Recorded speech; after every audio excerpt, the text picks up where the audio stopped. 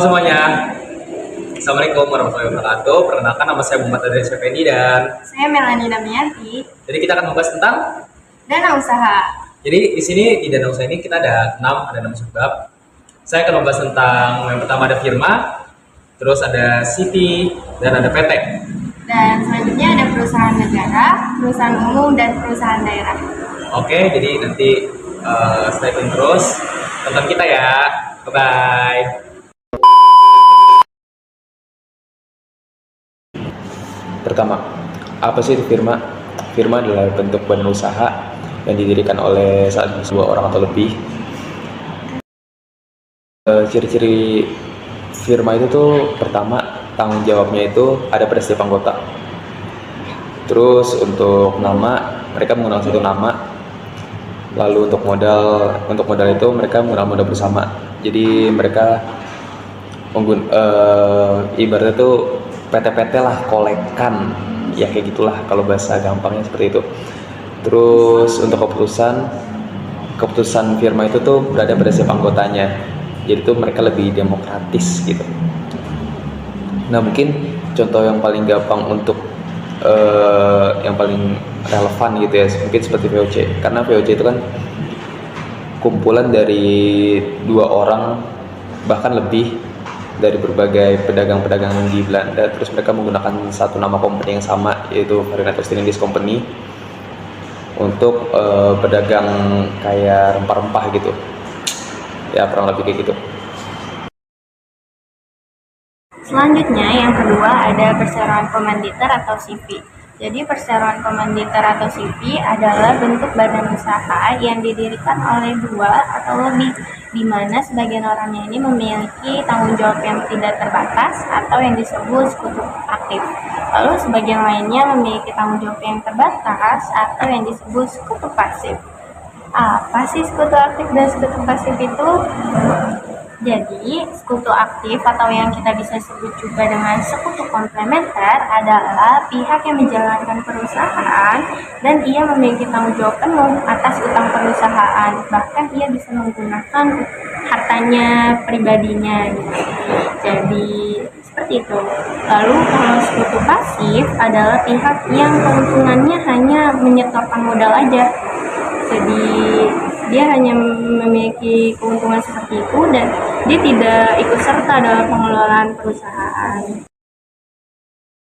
Selanjutnya ada ciri utama dari CV. Yang pertama, ia memiliki 2 sekutu yang tadi yang saya jelaskan, yaitu ada sekutu aktif dan sekutu pasif.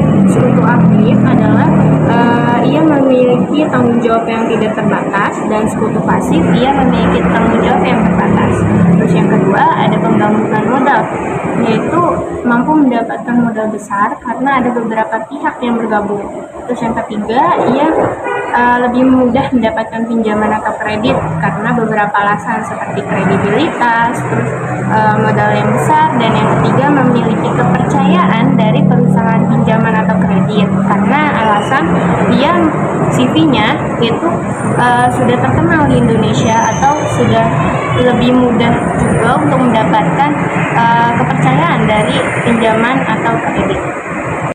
Ada kelebihan CV, yaitu yang pertama ada penggabungan modal. Jadi penggabungan modal dari beberapa sumber membuat modal itu bisa lebih besar lagi. Terus yang keduanya ini adalah tanggung jawab bagi beberapa anggota aja, yaitu keuntungan pada anggota sekutu pasif karena dia tidak perlu khawatir kalau hartanya hilang untuk keseluruhannya. Terus yang ketiga itu ada lebih fleksibel, yang artinya struktur organisasinya ini lebih mudah atau lebih sederhana daripada PT. Ini ada contoh dari CV, yaitu ada perusahaan produksi kecil yang dimana pengusahanya ini menjadi sekutu aktif, terus rekan-rekannya menjadi sekutu pasif. PT itu adalah perseroan terbatas. Jadi PT adalah bentuk badan usaha yang memiliki kepribadian hukum-hukum sendiri.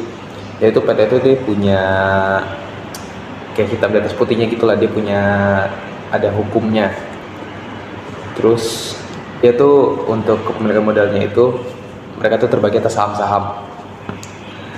sebagai pemegang saham dan tanggung jawab mereka terbatas pada nilai nominal saham yang dimiliki. Jadi semakin banyak saham yang orang itu punya, semakin berpengaruh lah dia di dalam perusahaan itu. Ya kayak gitu.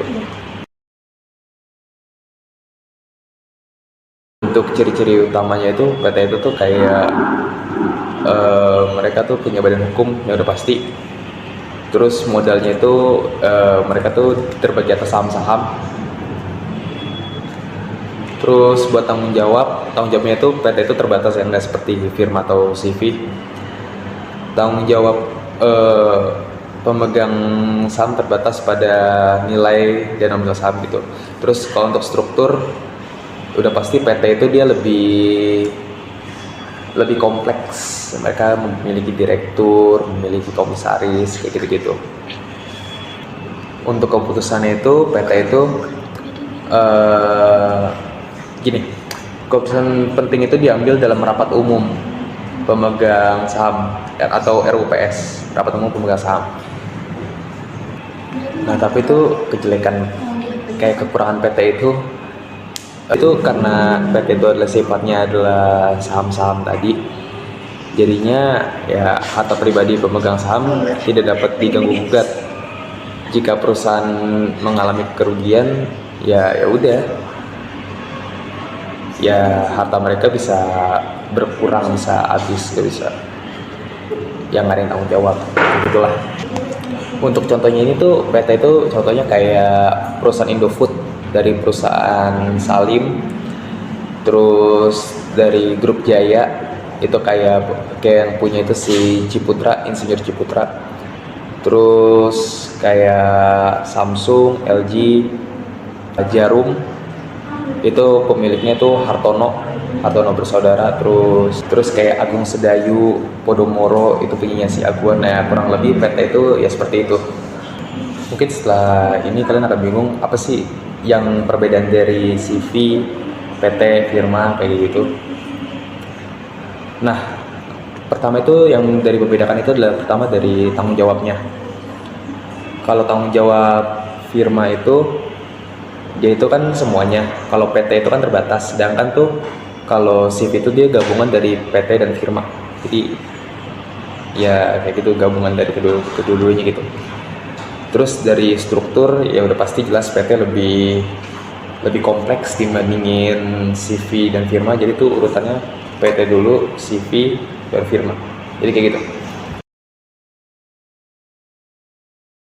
Yang keempat, ada perusahaan negara atau yang biasanya disebut dengan persero. Jadi, perusahaan perseroan ini adalah sebuah bentuk badan usaha milik negara yang biasanya kita dengar BUMN.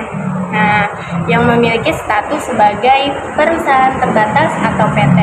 Nah, yang artinya sahamnya ini dimiliki oleh negara. Tapi dalam beroperasi, perusahaan ini tuh masih sebagai perusahaan swasta pada umumnya. Selanjutnya ada ciri-ciri utama dari persero. Jadi perusahaan persero ini masih berbadan hukum. Jadi semua keputusannya ini masih secara hukum. Terus kedua, modalnya ini bisa berasal dari sebagian atau seluruh dari uang negara, atau yang keduanya ini dari penawaran saham kepada publik gitu. Yang ketiga, selain untuk mengejar keuntungan juga, persero juga memiliki tujuan untuk meningkatkan pelayanan umum bagi masyarakat sekitar. Terus yang keempat, dalam sistem pengelolaannya, perusahaan perseroan ini didapatkan oleh dari RUPS atau Rapat Umum Pemegang Saham. Jadi di mana mayoritas keputusannya ini diambil oleh warga pemerintahan atau negara. Terus yang terakhir, untuk akuntabilitasnya atau bentuk pertanggungjawaban dari perusahaan atau seseorang ini itu disusun oleh laporan keuangan dan diaudit secara berkala. Nah, kelebihan persero yaitu adalah yang pertama, mencari keuntungan dan meningkatkan pelayanan umum kepada masyarakat.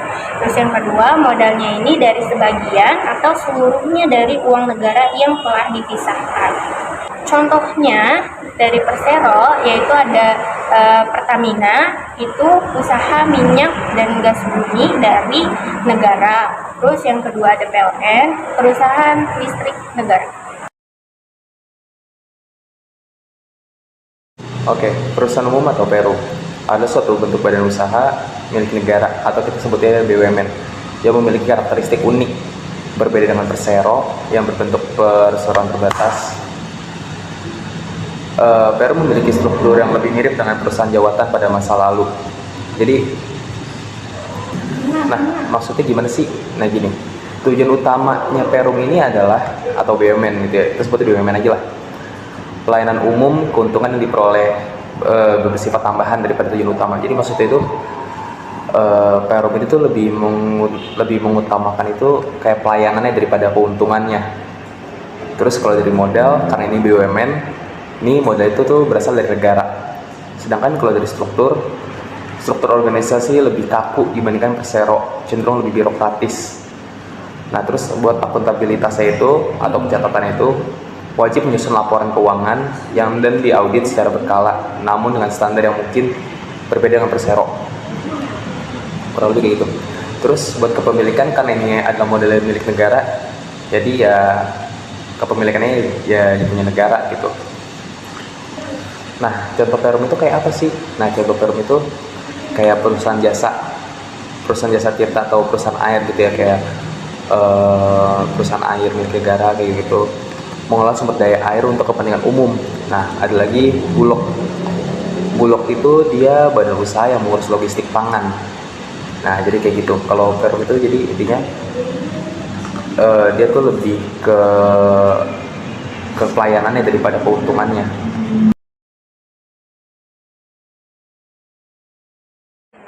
Ada perusahaan daerah. Jadi perusahaan daerah adalah salah satu bentuk badan usaha milik daerah atau yang disebut BUMD. Jadi didirikannya ini oleh pemerintahan daerah dengan tujuan untuk meningkatkan pelayanan kepada masyarakat dan meningkatkan penghasilan milik daerah. Selanjutnya ada ciri-ciri utama dari perusahaan daerah. Yang pertama, ia memiliki tujuan untuk memberikan pelayanan umum kepada masyarakat umum dan ia bertujuan untuk meningkatkan pendapatan daerah juga. Terus yang kedua, dalam modal itu sepenuhnya dari pemerintahan daerah. Jadi nggak heran kalau dari pemerintahan daerah ini memiliki saham yang paling tinggi. Terus yang ketiga, ada pemerintahan daerah memiliki wewenang dan kekuasaan atas dalam menetapkan kebijakannya.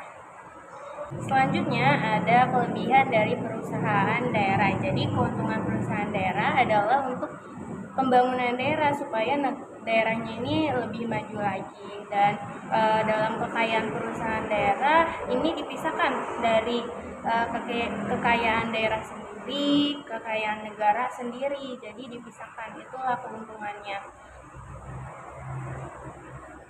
Dari contohnya di sini saya punya 3 contoh. Yang pertama ada Pindang Sandang, yaitu perusahaan industri dan sandang yang ada di Indonesia.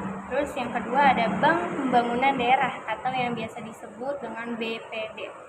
Nah, yang ketiga ada perusahaan daerah air minum.